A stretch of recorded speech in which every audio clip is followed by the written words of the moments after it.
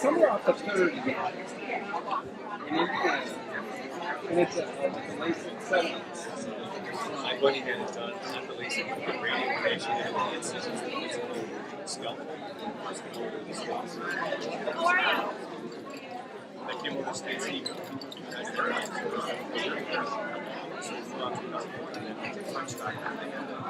Scalpel basically interests. That's so rare these days.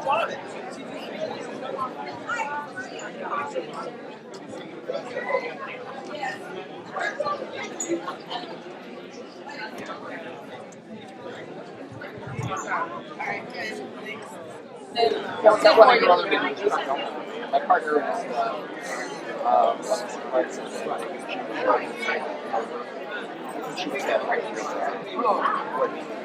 Okay. All right. I can't remember everybody. So I tried. I understand that. I tried. You got thousands of people out there. Hey, how are you? Natashia Holmes. Yeah. Are you a mom? That's true. All right.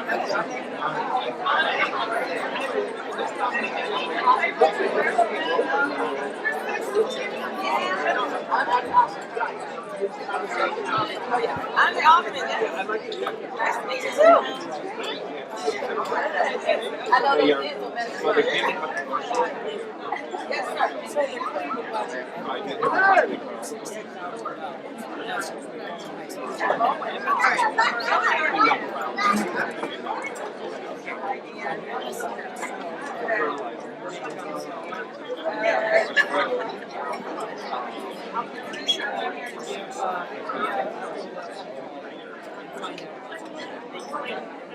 Hi.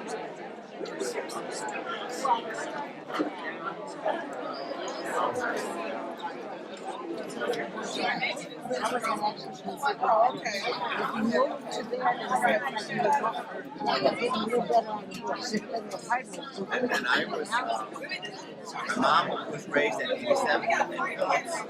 I'm loud anyway, so it doesn't matter. Good evening. This is something, I know this is 7 and 10, but this is something we started doing in the 7th Ward. It's the 7th Ward chant. So I want you to repeat after me. I am 7. You are 7. We are 7. I didn't really like that. I like get a little bit more hype now. This is like nighttime. We got to keep it live in here. So I am 7. You are 7. We are 7. Great. Thank you all for coming out tonight. Both Alderman Pope and I have been working with Lakeside and the city. And what's most important about tonight's meeting and what we will continue to do throughout the course of this project is to make sure that the community is involved and engaged and understands what's going on. So that's really the purpose of this meeting. I want to just first thank Pastor Southern for being such a gracious host. This is a great facility. It's in 10 right now, but it'll be in 7 next year. So we're all family here. So I just really want to thank everyone for coming out. There'll be a brief presentation, and then there'll also be a time for you to be able to do some Q&A with the developers. So thank you all for coming out, and I'll turn it over to Alderman Pope. Thank you. Good evening, everyone. I, too, would like to thank Pastor Southern and Grace Apostolic for allowing us to have this meeting here tonight. And this is a continuation of what Lakeside and the community has been wanting and trying to do, and that's share information, get input from the community on what's happening at the site. And obviously, since the harsh winter is over, it's a great chance to kind of reinvigorate, reconnect with what's happening. And this is not new. Many of you have been on tours of the site, have attended many of the quarterly meetings that are available. We want to encourage people to stay in contact with us, the aldermen, with the development team, so that we can get your input so you can be aware of what's happening here. So this is a continuation of what we're trying to do, share information, get input, and make sure that the development occurs as successfully as possible. And we're excited. Since the opening of Lakeshore Drive, South Lakeshore Drive on the site last October, I think people have a sense of renewal, promise, and actual possibility on the site. For so long it seemed like it was so isolated with Lakeshore Drive opening. People have an opportunity to actually be on the site and see the potential. So a lot of good information to share tonight, and hopefully a lot of good input, questions, and support from you. So thank you very much for having us tonight. And I believe Dan McCaffery from McCaffery Interests in Lakeside is our next speaker. Thank you very much, both aldermen.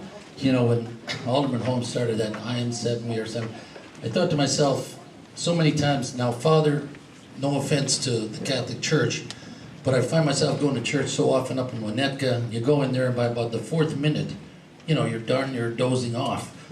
Then I go home and I watch on TV the African American churches and I said, God, why can't we get some of that spirit? And then I come into a meeting here, I am 7, we are 7. I mean, that was pretty neat. I want you to know too, I'm a developer and I am an extension of you. So as I deal in this community, I'm not Dan McCaffery of McCaffery Interests. I genuinely am interested in every idea you have and in your participation and in your ideas. Won't be able to do them all. Impossible. Just like I'm trying to do a development up in Lincoln Park, and you know, I feel like I need protection when I walk in the room because, you know, they're so firm in their beliefs, and most of them are, you know, most of the people that speak, they're negative. Well, I'd like to invite those that are positive also to make sure that they get their share of the microphone, because typically those that are positive sit back a little much and let the people that are negative just, you know, rule the day. So delighted to be here. I'm thrilled with the size of the crowd. It's wonderful. Thank you, and thank you for your hospitality. I'll step up after Natashia gives you a full presentation, and I'll be here to answer any of your all of your questions without hesitation. Thanks.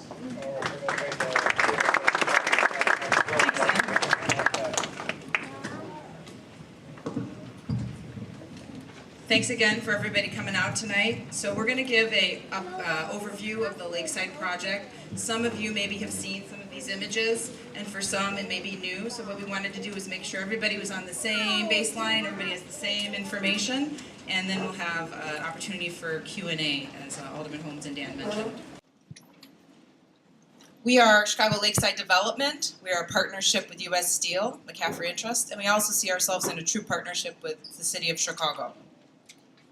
We have a large consultant team. We've been at this for quite some time now, as you all know, and so we need the best and brilliant minds to help us push this forward. So we have been working with many gifted folks in all areas of expertise. You all know where the site is, 10 miles from the Loop, just 20 minutes. In the historic South Side, South Chicago neighborhood, and South Shore. Many of you are from South Shore here tonight. This was a site when it was fully built out as Southworks. That was about 100 years of steel production, and very important for this area, as you all know. It's a very historic area, and there's a lot of history here with many people whose families or themselves working at the mill. The site is a landfill. That means it's made out of slag, which is a byproduct of steel, and so we've had to do a lot of evaluation and study to understand how to develop Lakeside. And so we like to show this picture so people understand that this is a landfill sitting out into the lake. It's really a peninsula affording really gorgeous views back downtown that you wouldn't find anywhere else. So we have about 40 feet of this material, and then we hit bedrock. And most of you really understand how large the site is because you're local, but for anybody who is here tonight who doesn't understand, the site is very large. It's 600 acres and larger than the Central Business District. So we have this diagram to really show the scale of the site. It's a picture of Lakeside today, and of course we don't have anything developed on site, but we do have the new Lakeshore Drive extension. We have some photos to show you how they look tonight from the aerial perspective, and we have other things that we're planning, of course, we'll share with you. As we've done our research, we've understood the foundations that are still underground from Lakeside, from Southworks rather, when the steel mill was in production, and we also have a lot of utilities. So we just had to understand really what we're dealing with as we began to evaluate the land as a developer. We've spent a lot of time through these years doing a master plan, and a lot of that input from the master plan has come from the community. We have taken input from the 1988 document called From Steeltown to Hometown, and that really included a lot of focus groups calling for small blocks, mixed-use community, access to the lake, connecting the street grid, and all of those comments and input have been integrated into our master plan that we've been working on with Skidmore, Winks, and Merrill that you see here today. Really understanding what those transit opportunities are, pedestrian, walkable blocks, and what the public transportation is as well. And we always want to really enhance our biggest asset, which is Lake Michigan. And the fact that we have this undeveloped land along Lake Michigan is really, really important. And it's an incredible opportunity for all of us. We have access to open space where we're planning that no person, business, visitor would be anywhere from 3 minutes from open space at Lakeside. That's very important. And then the master plan really begins to understand how you could develop the site. You have phase 1 here as shown, and you have 135 acres of open space.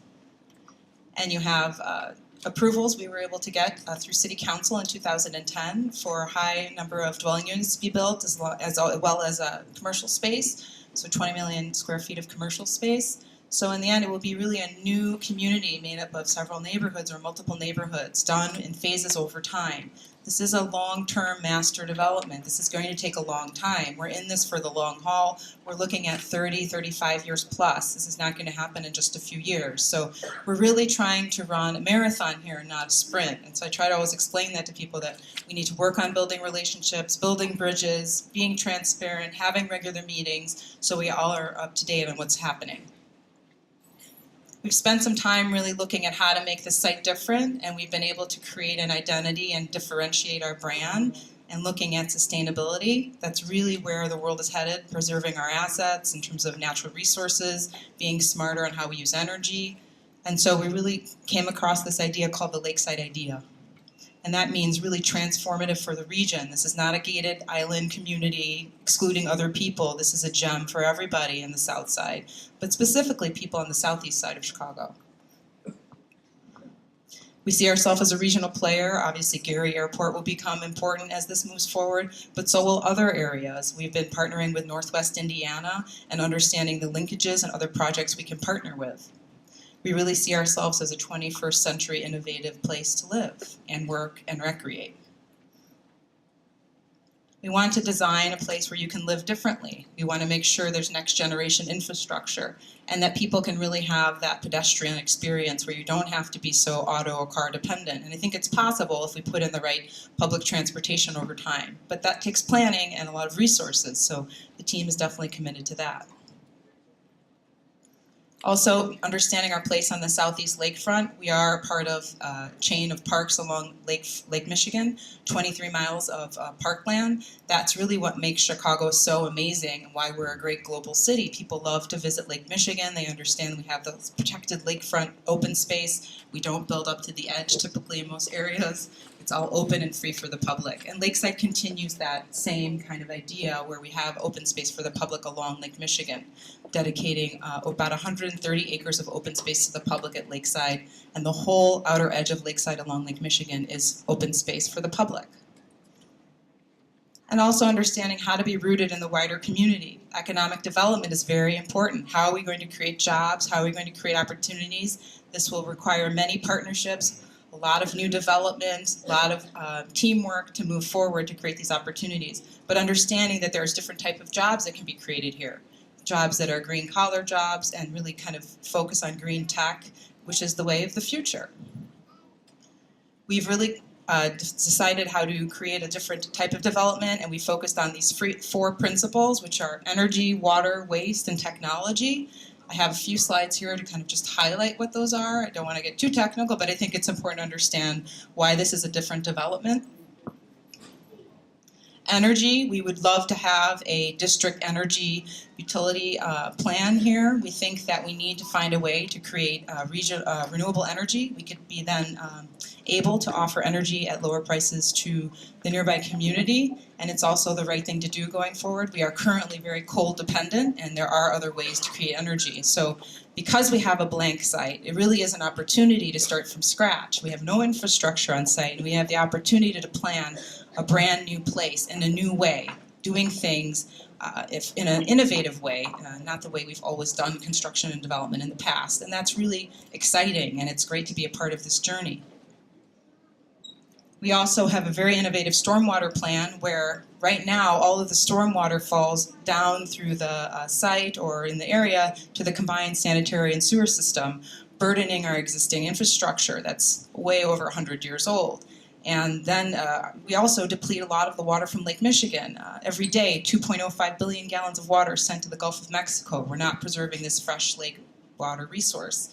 So our stormwater plan has all the stormwater going through the site, percolating down through and back out to Lake Michigan. And then this is really what we think is a creative, unique opportunity. We'll have to work hard and partner with the city, but we think that we can make this happen. And a lot of the parks are then included with this plan for our stormwater. Recycling is pretty straightforward, but obviously we're all very aware it's not that great in Chicago. The plan is difficult. We see suburbs doing a better job. And if it's done at an easy way, at a residential scale, where there's sorting centers in people's neighborhoods, at a walking level, and at the residential scale, people will recycle more. It's just when it's complicated, people don't want to do it. If it's something else they've got to do on their workday, they don't want to deal with it with all their other responsibilities. So just thinking about how you put a recycling plan in, and then using that waste as energy.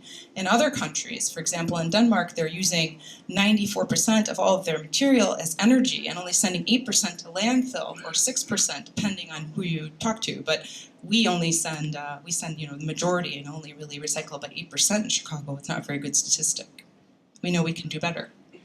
And then really thinking about being connected. A lot of opportunities right now stem from technology, being connected to internet, fiber optics, and we know the South Side has been sometimes neglected and not had the connection everyone else has had. I'm trying to put that delicately.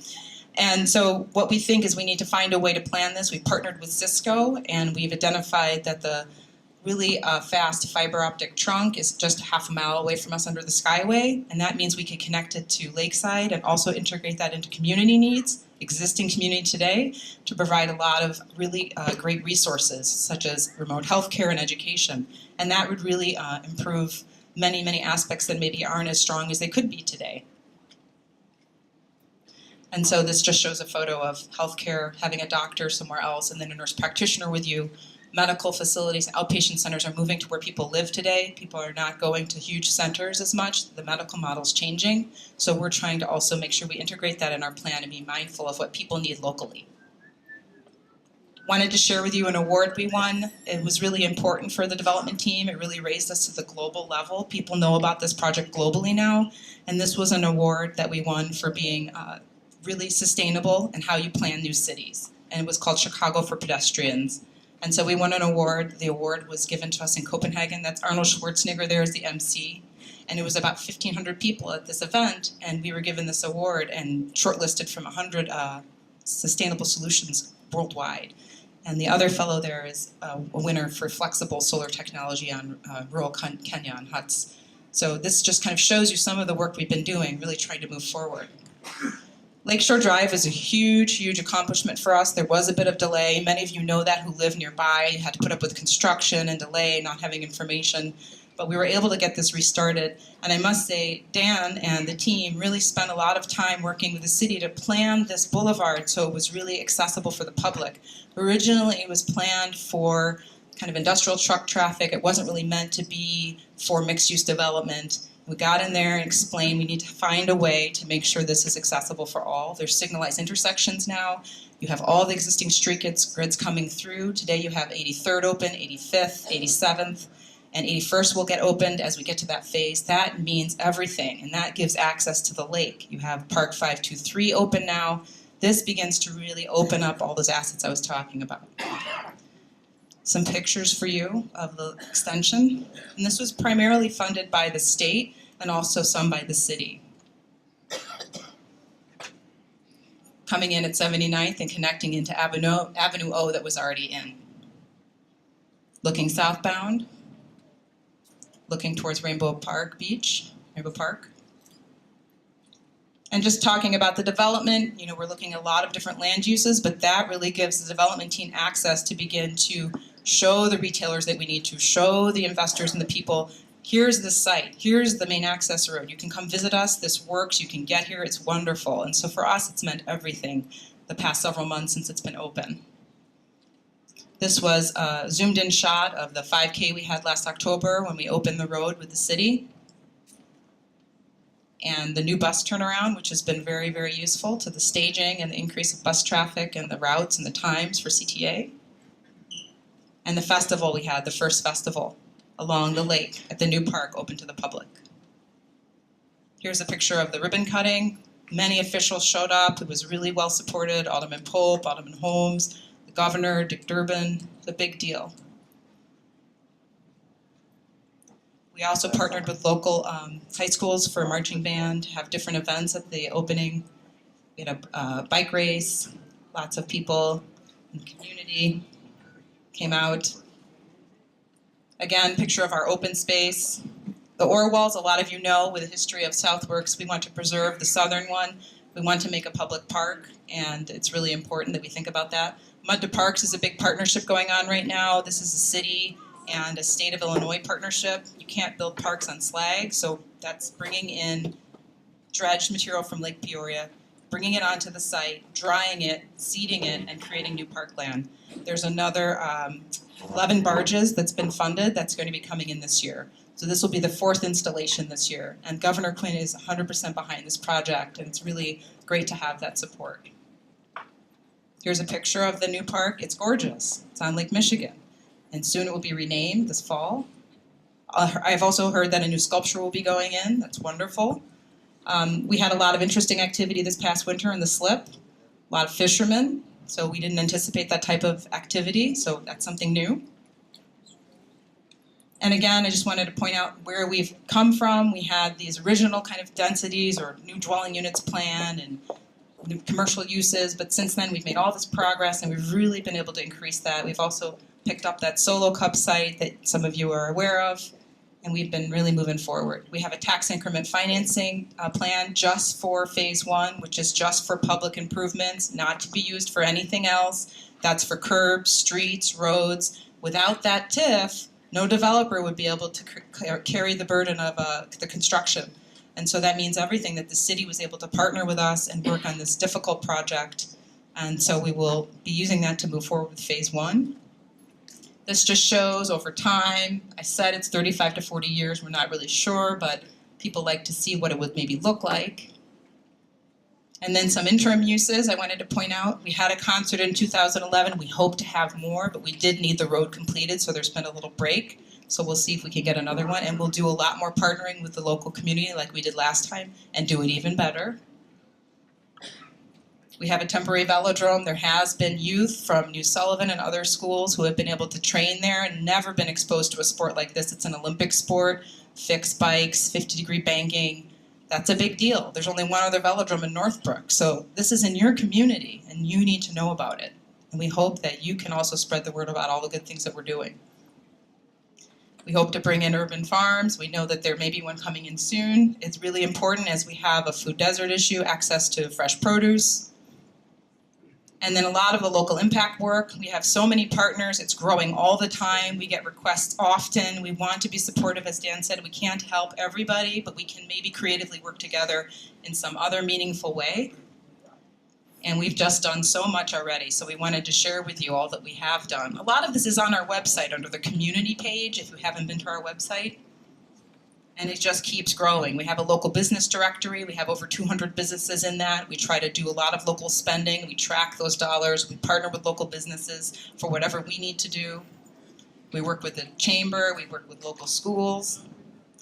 We have been awarded a grant for the Lakeside Heritage Trail by the state of Illinois. That's going to be going in this year. It's 8 educational signs along 87th and in the new park. It's going to talk about things like this. What is slag, steel production history. We're part of the Millennium Reserve Project from Governor Quinn. That means we're one of the coastal reserve projects to protect a Lake Michigan shoreline. All of these things are really building to show you how much we're trying to do to be part of so many other partnerships to do good work. Some pictures of some of our open houses. As Alderman Pope said, we do have these quarterly. Our next open house is June 24th. And future uses, I think I'm going to hand this over to Dan.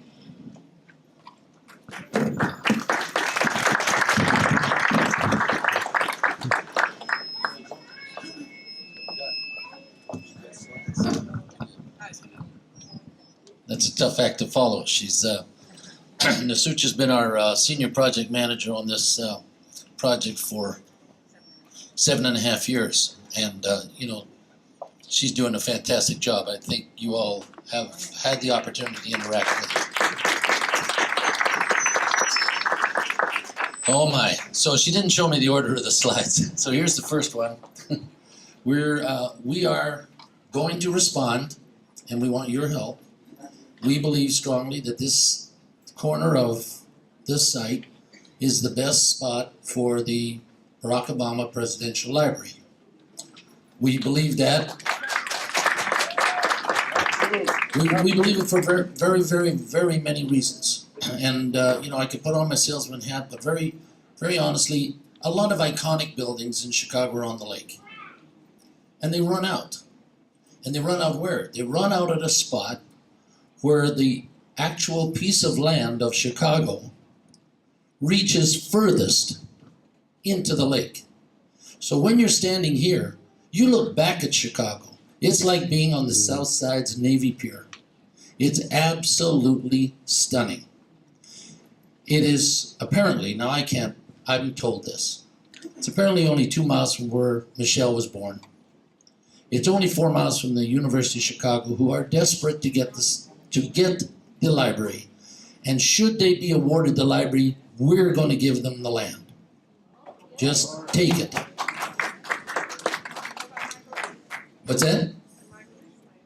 Well, everyone's going to say, what about Michael Reese, and what about Woodlawn, and what about Bronzeville and Chicago State? It's a genuine competition. But like I heard yesterday at a luncheon, there's only 2 people in the world going to make this selection, and I'm not one of them. We both know the 2 people. We don't get to meet them very often, but they're like you, they're like me, they're susceptible to ideas, so we're putting an idea out there for them to consider. Because this is the community that first put President Obama on the political map. This is the community. It started here. He was a community organizer.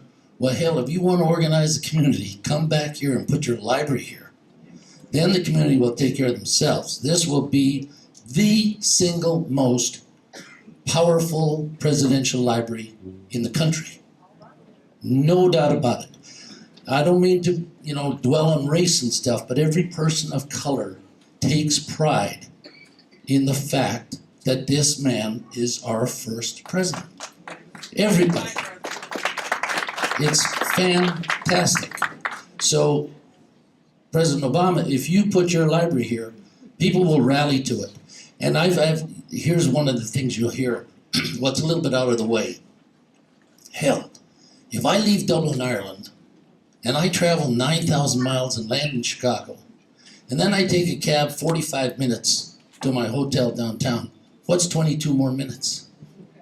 It's not out of the way. It's out of the way for the guy in Winnetka, me. It's not out of the way for the guy in Dublin. It's not out of the way for the guy in Prague. It's not out of the way for the guy in Tokyo. Because they're going to spend 13 or 18 hours just to get the plane back down on the ground. So an extra 20 minutes from downtown to get to an iconic building on the shores of Lake Michigan, that's why I push it so hard. And we should all get together and just make sure that Mr. and Mrs. Obama give it all the consideration in the world. That's what I think. Is there another son? No. Oh, she's throwing me up. Oh, there's the view. Now it's a little bit magnified, okay? Just a little bit magnified. But I did tell you I'm Irish. I did tell you I like to sell. But it is the view. I mean, we call it Inspiration Point. In fact, I want to tell you another thing. You know this thing about George Lucas's museum and culture? Oh.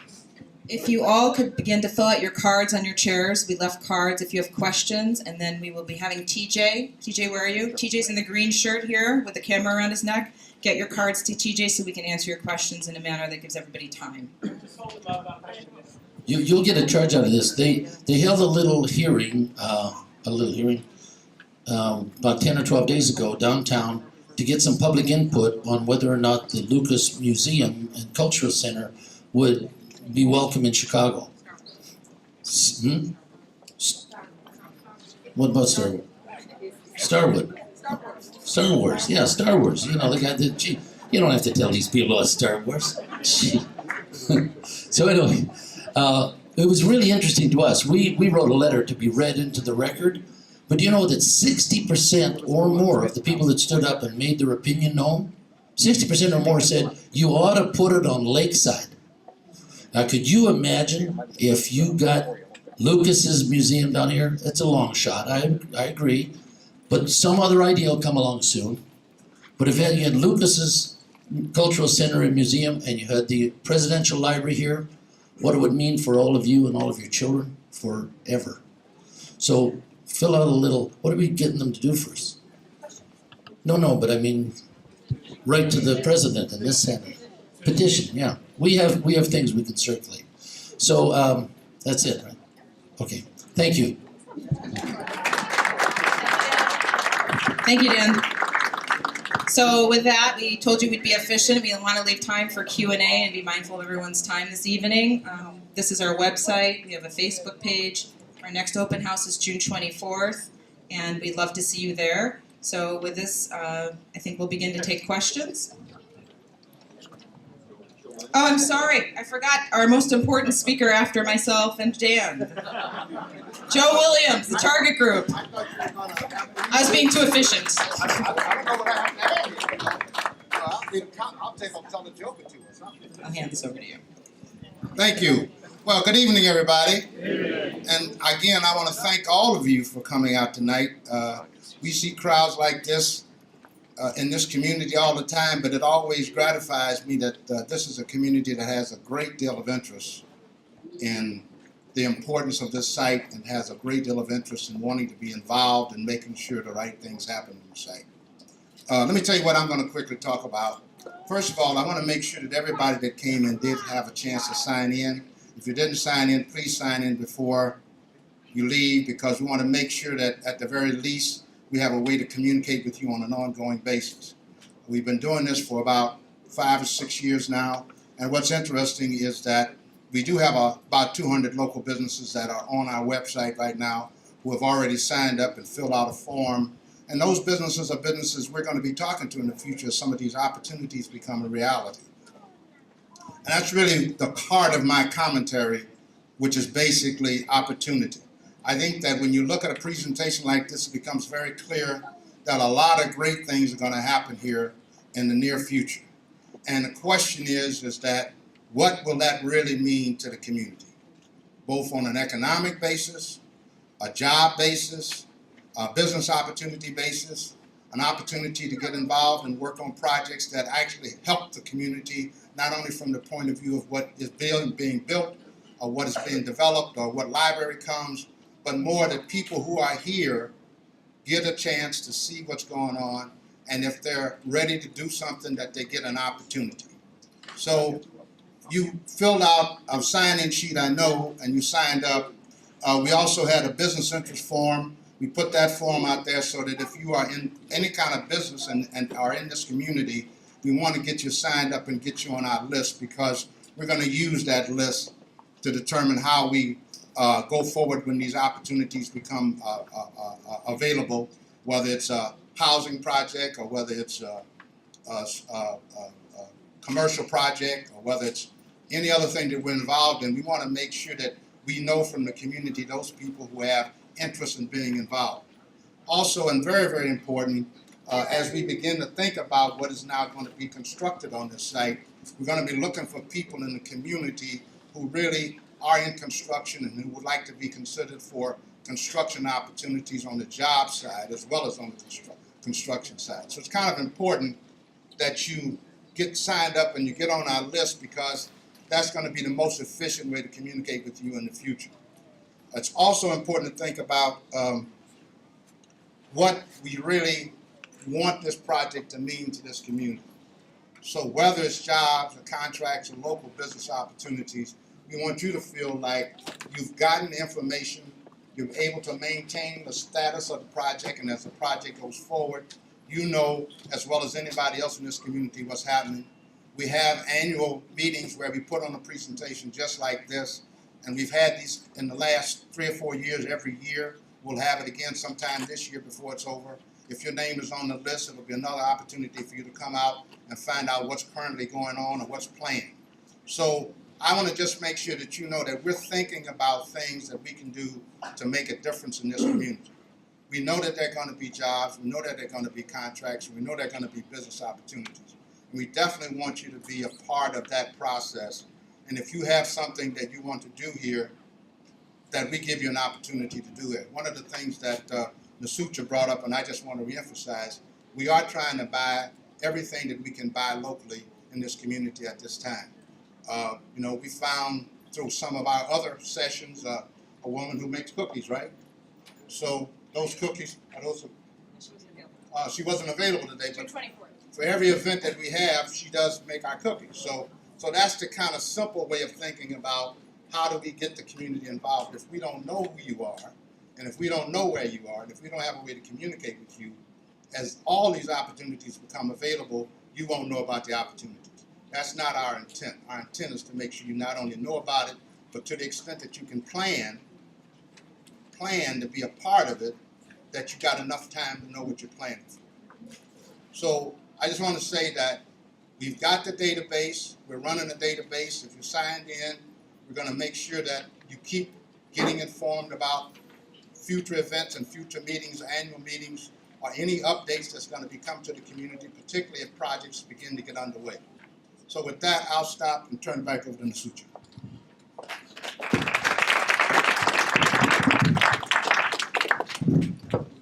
Thank you, Joe. TJ, do we have questions? Thank you, ladies, for signing us in tonight. Taria, Shavion, Bo, Nicole, Angela. Thank you, ladies. Great job. Wow. Okay. So I'm going to read through these, and we'll try to answer them as best we can. Raul Cantu. What is the plan to include an urban new grocery store?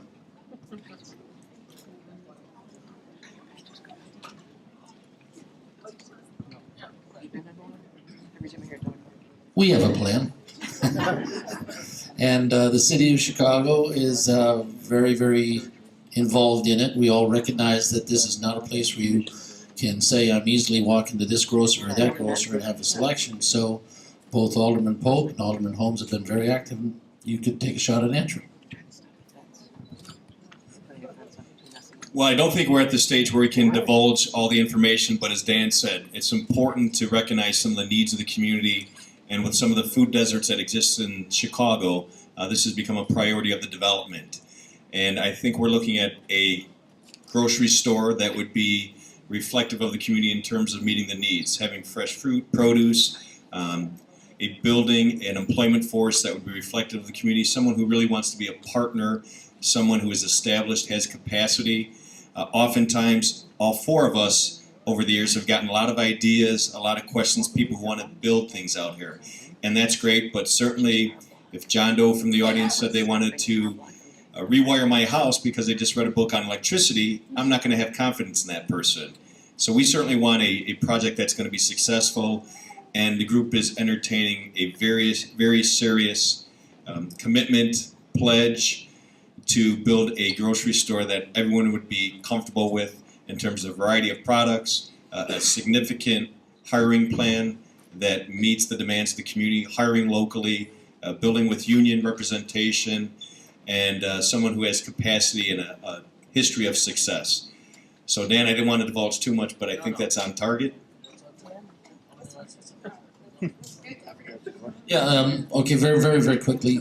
Hold us to this, because I think we can deliver. I think in the next 4 weeks to 6 weeks, we may be able to make an announcement. Now remember, if we make an announcement, by the time we put in the infrastructure in the land, which has to go in first, by the time you make sure the access and egress in and out is proper and build and open, it's still a couple of years off, a couple and a half.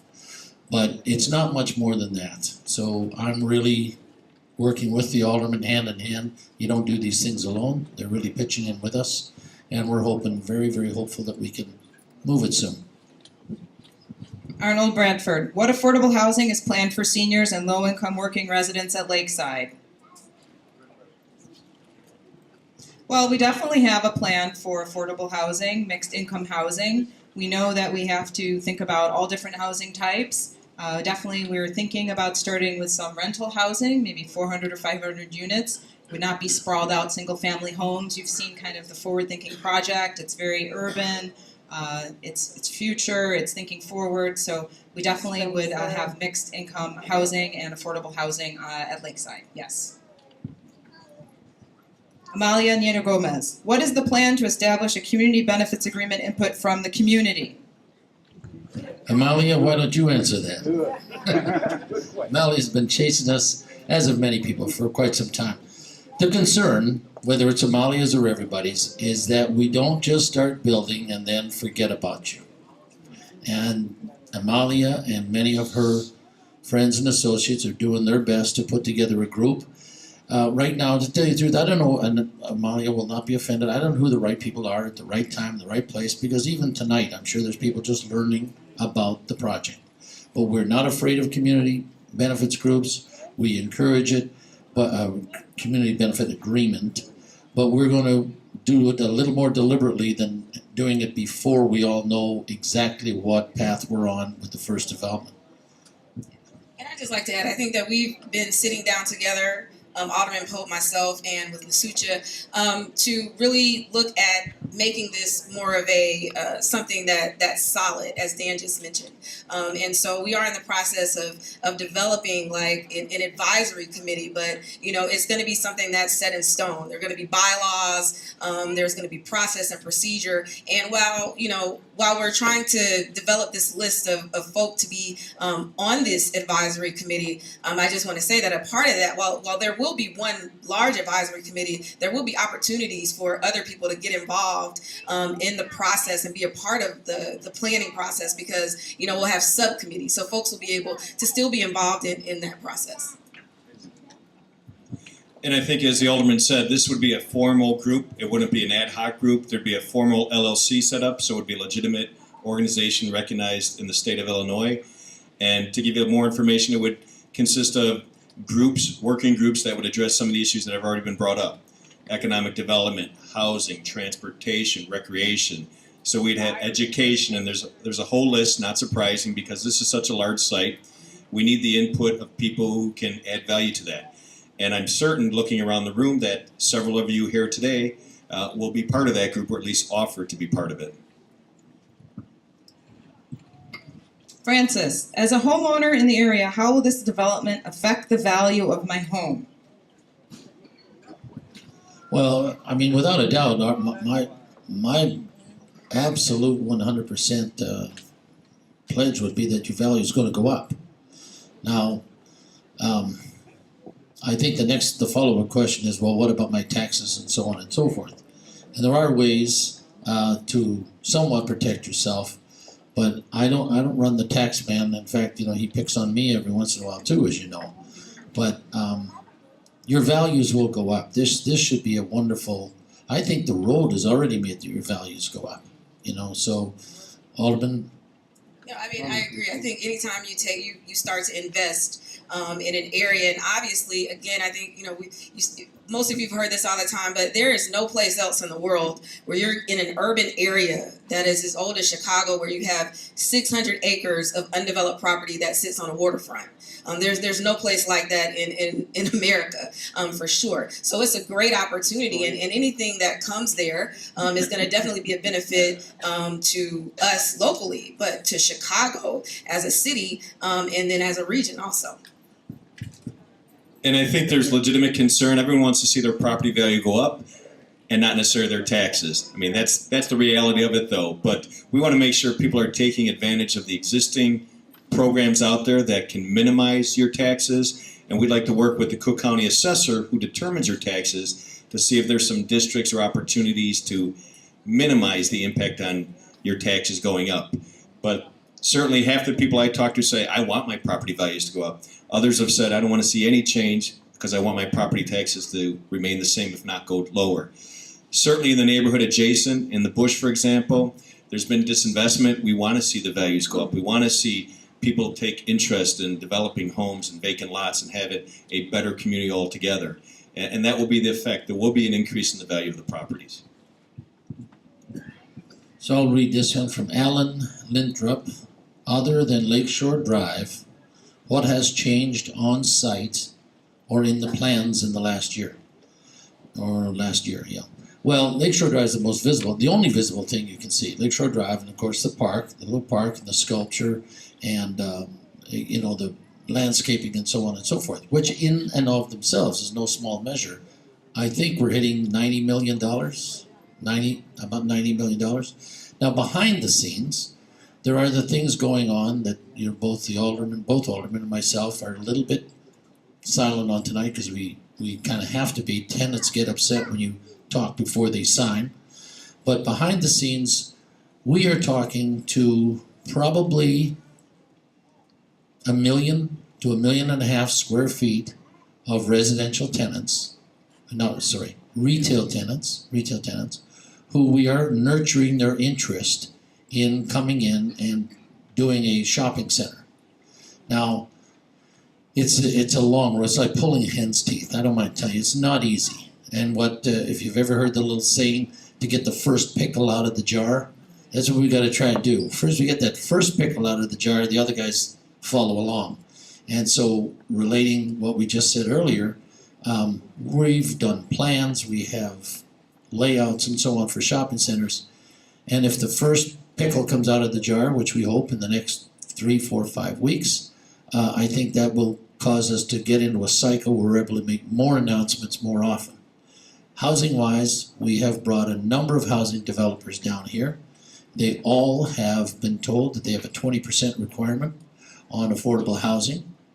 And just so you can rest easy, let's just say someone's doing 300 units.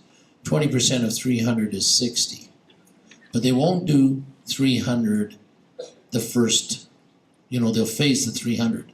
And we're going to tell them that maybe the first phase has to be 35%, and the second phase 25%, and the third phase 12%, average 20%.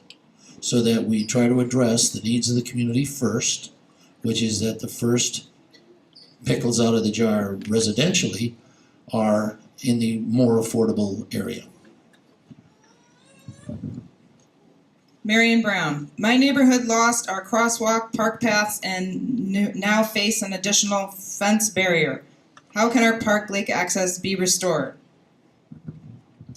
So, yeah, and I've said this before, and unfortunately, first of all, there's a new road that was built. And in urban areas, again, you do not see that happening. We almost have 2 miles of new road that goes in. And again, in urban areas, that doesn't happen.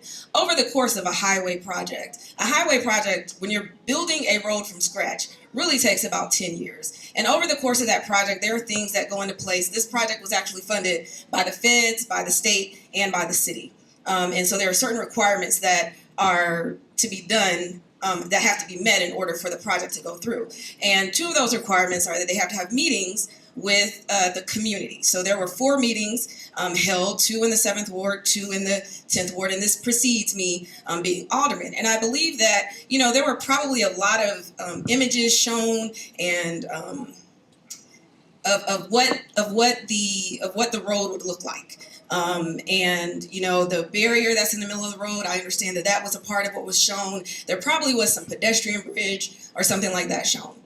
Over the course of a project, though, especially a highway project, things change. And what I've apologized to the neighbors at 79th and South Shore Drive to is I've apologized because the city, the Chicago Department of Transportation, the state, IDOT, as well as my predecessors and other folks should have been keeping the community apprised of the changes in that project when they decided, hey, we're not going to be able to put a pedestrian bridge in because the feds are not going to allow that. So I think there was a breakdown in communication. And since I've been alderman, this issue came to me. There were a lot of things that were already done. The road was already going to open before I became alderman. And so what I've done is I've tried to bring those neighbors in. I brought the developers in. I brought CDOT in. I brought IDOT in to try to make some concessions. And that's a part of the process. There has to be some compromise. And so we've been able to compromise and make some things happen. And unfortunately, this project was, again, already planned. And, moving forward, and I think that I've been doing this throughout the ward since I've been alderman, is making sure that we are having better communication between city agencies that are doing the work and between the residents who live in the community. And so moving forward, that is going to continue to happen. But we did make concessions with the developer and with CDOT. And so the road is already built, so the access is just at different corners now. So there's still access to the park, they're just at different corners.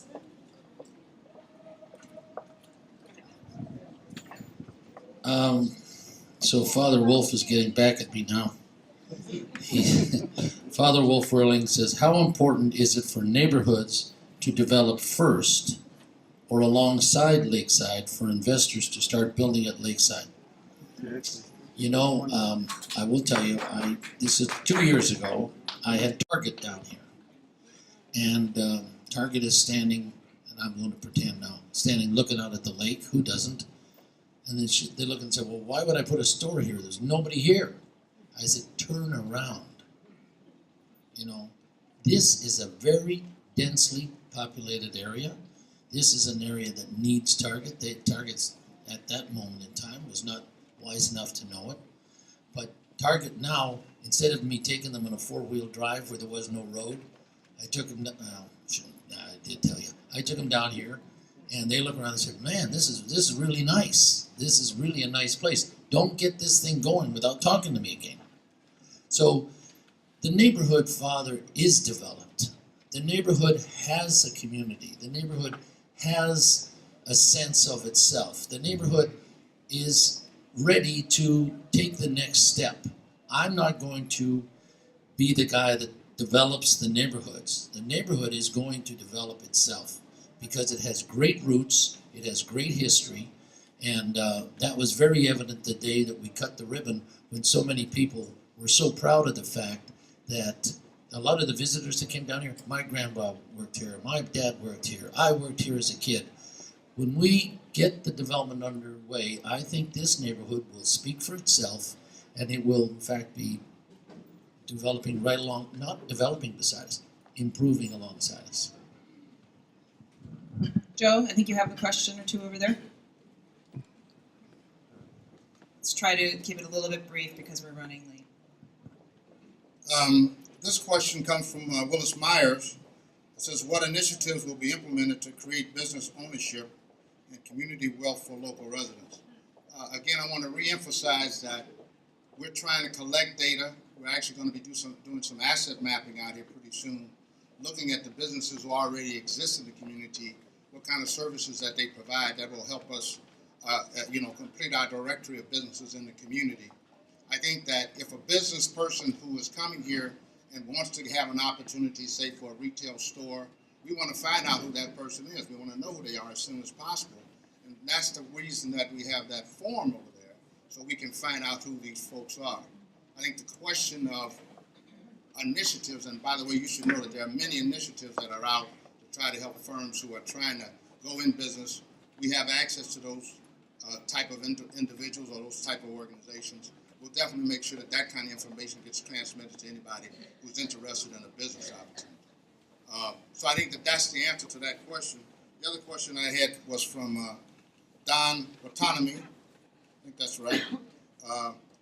It says, what is McCaffery Interests doing now to make certain that local Lakeside Development current residents will have priority access to jobs as they surface? One of the things I didn't fully explain is that we have a form over there called a candidate referral form. And primarily that candidate referral form is interested in trying to make sure that if you are looking for work, particularly in construction, that we know who you are early. But that form also gives you the ability to put other information or other areas of interest on it. So I would recommend that anybody who is interested in having jobs for consideration whenever we do start work, fill out those forms and make sure that those forms are available. You can also find the forms on the website. So there's a number of different ways to get this information to us, but we need that information because we will be calling folks as we begin to start these projects to make sure that if there are jobs going to be available, that they get first crack at it. And I do want to say that both aldermen have been very clear that to the extent that there are going to be jobs and contract opportunities, this community, these two wards come first. So we have got that loud and clear, and we've created a map to substantiate that. So I think we have great leadership to make sure that we get as many of these jobs in the community and they stay in the community. Thank you, Joe. Dan? This is cute. Kiana has asked me, is the grocer slated to be in the first phase of the development and in the 7th Ward?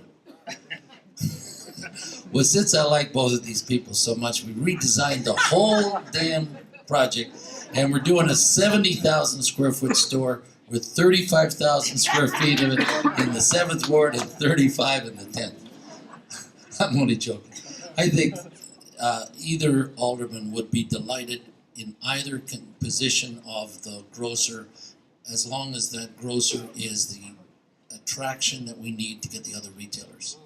And if we get that going, I don't think either of these aldermen care where that grocer chooses to go. Because remember, it'll be like me tugging with the 800-pound gorilla, and I know who wins is the 800-pound gorilla, and that's the grocer. They'll tell me where they want to go.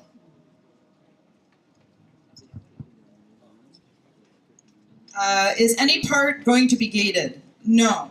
As I mentioned in the presentation, we took in a lot of input from the focus groups back when the city and USX was working together. This is open to everyone.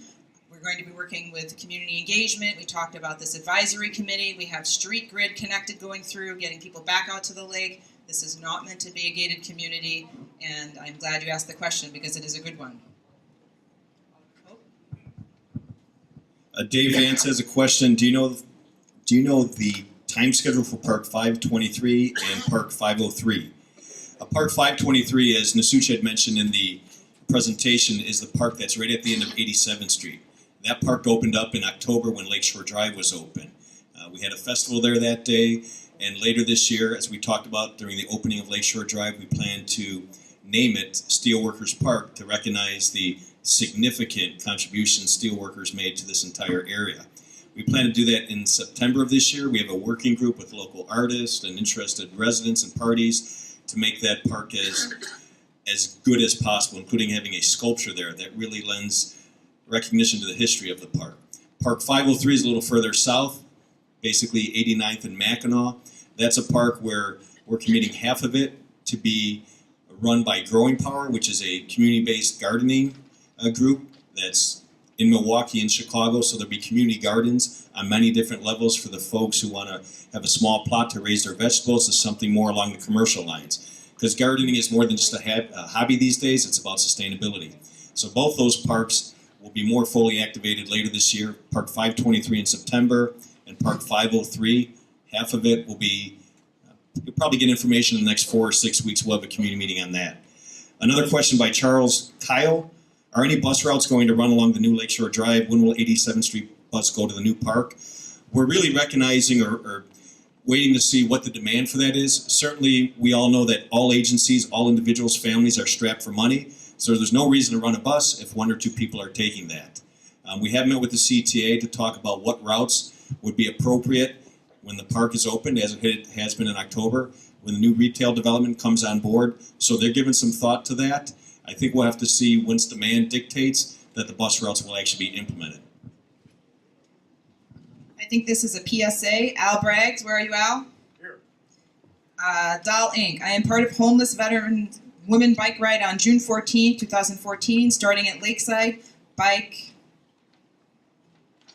in Fort Heights, ending in Munster, Indiana, at Harley-Davidson on Calumet Avenue. Just an FYI? Yes. Thank you for sharing. Great job. Thanks for partnering with us. You can share more information with the group afterwards? Yes. Thank you, Al. I can't have a public meeting without Bob Israel asking me a question. He dogs me up in Lincoln Park, and then he follows me down here, and there he is again. I've 3 years I've known him, and then he was in my office the other day. He said, "You know, my name isn't Bob Israel." It's true, it's not. Okay, so Bob Israel, has a general contractor been chosen? Everyone will want to know the day that we award any kind of contract down here. We have not chosen a general contractor because we don't have a specific building to be built. And in case you, just to follow what I said before, the first thing when we sign a lease with someone, the first thing will be what's called civil engineering. So general contracting for ground, you know, it won't be a building, it'll be sewers, it'll be access to electric, it'll be all of that kind of stuff. And we'll get a general contractor at that time, or the guy chosen will be his own general. I only tell my real friends my real name. He only told me his real name. I didn't give it out. Oh, sorry. Is the mall patterned after the Market Common in Clarendon, Virginia? That's a project we did in Virginia that won a lot of awards and recognition. It's really beautiful. It's not completely patterned after it because this is way more land, and the stores that we will be first bringing to this community will probably be larger format stores, so they'll need more room. Okay, this is from Manus Edwards. To what extent is the Indiana oil spill into Lake Michigan a hindrance to the Lakeside project going forward? It isn't. I believe BP contained that, and they contained it in Indiana, so it's been contained, so it's not affecting the Lakeside project. Ann Holcomb, will South Shore Drive be widened to accommodate the additional traffic or made at once? Oh yeah. So you mean South Shore Drive, just by 74th up to 71st, 79th. I've been kind of lobbying for a solution to that for some time, because if all of our collective dreams are realized, there'll be more people coming to us this way, and there'll be more people wanting to get out of here that way. So definitely, the city is on side. We've had, I mean, it doesn't look like it to you. These are the things that go on behind the scenes. Massive amount of engineering. In the early stages, they believe, the traffic study has shown, that we will be able to have a reversible lanes in the space we have today. So they'll figure, the engineers will say, when people are leaving, you know, early morning, there'll be 2 lanes out and only 1 lane in. And then for, call it shopping hours and coming home, there'll be 2 lanes south and only 1 lane north. And that's the quickest and easiest, probably most sensible short-term solution. Yeah, and the least disruptive for sure. Okay, so we're going to answer just 4 more questions because we're already going on 7:15. David Solomon, what is your initial plan for residential construction? What type? I think we've answered this question. On residential housing, we plan to start with mixed income housing, probably rental units, somewhere between 400 to 500. Definitely will have affordable housing, and you will be updated as we move along. Laura Morgan, are innovations in our schools being ignored in order to fund the development? Definitely not. I did mention that we have a TIF district and a TIF plan with the city to fund the first phase for those public improvements that are needed. We are not taking any or porting any money away from schools. This TIF has not even started yet, and that is just for Lakeside. There's no funds being diverted to Lakeside. I used to be a school teacher, and for a period of time I was a principal. And I want to tell you, I honestly believe what I'm going to say. You got a great school over there in Sullivan, for example, just use it as an example. And I think the performance level is not, the way the CPS takes score, it's not really high. But if we get a development going down here, and your young people, your sons and daughters and so on, get to look out the window and see opportunity being created before their very eyes, their scores will go up. Their scores will go up because they will see opportunity that today a little harder to see. So we're not going to be cheating anyone in the school system to build this project, but I honestly have I got great hope that they will see that this is a place that will have more opportunity than today.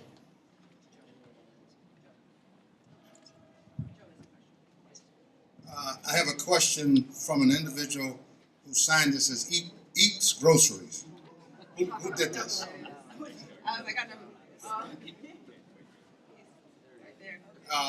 We can talk afterwards, and you can explain to me what you were asking.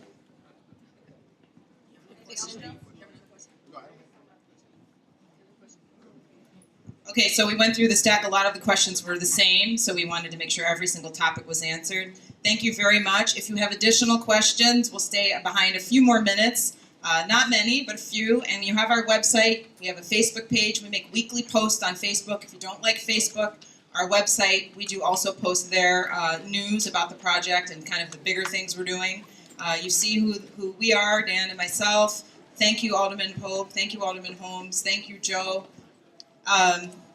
Go Obama Library at Lakeside. We do need that support. And thank you for coming tonight.